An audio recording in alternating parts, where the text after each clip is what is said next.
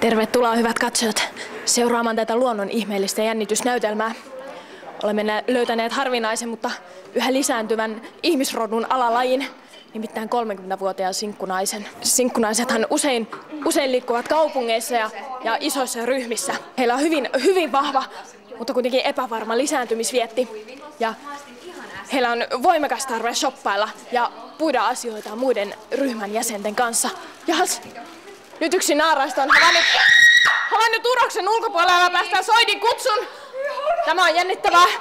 Lähtekäämme mukaan seuraamaan, mitä nyt tapahtuu. Naaras on havainnut uroksen. Lähtee lähestymään tätä. Tämä on uskomatonta. Voimme päästä jopa todistamaan parittelua. Mutta mitä nyt? Paikalle saapuu toinen naaras, joka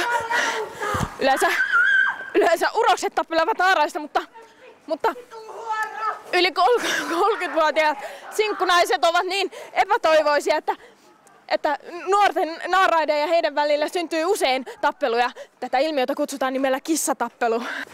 Täältä löytyy naisen jätöksiä. Kyllä. Koiras huomaa naaraan. Naaras alkaa lähestyä koirasta. Pääsemmekö vihdoin seuraamaan ihan aitoa. Mutta mitä nyt tapahtuu? Toinen koiras ilmaantuu paikalle. Tämä ei voi olla totta. Yllättävä käänne, miten naaraamme nyt suhtautuu. Hän on hyvin tuohtunut. Hän kaivaa turkistaan jotain. Ja hän selkeästi aloittaa rituaalin, jota ihmisrodun keskuudessa kuvataan nimellä hermosauhut. Vittu nyt sitä kuoria. Jahas.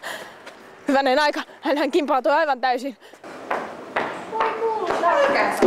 Jahas. Haavoittunut naaras palaa laumansa luokse nuolemaan haavojaan. Muut ryhmän jäsenet yrittävät lohduttaa häntä epäonnistuneen paritumisyrityksen jälkeen. Jaha, naaraat ovat havainneet minut! Mä kokeilen. Poista vähän paineita.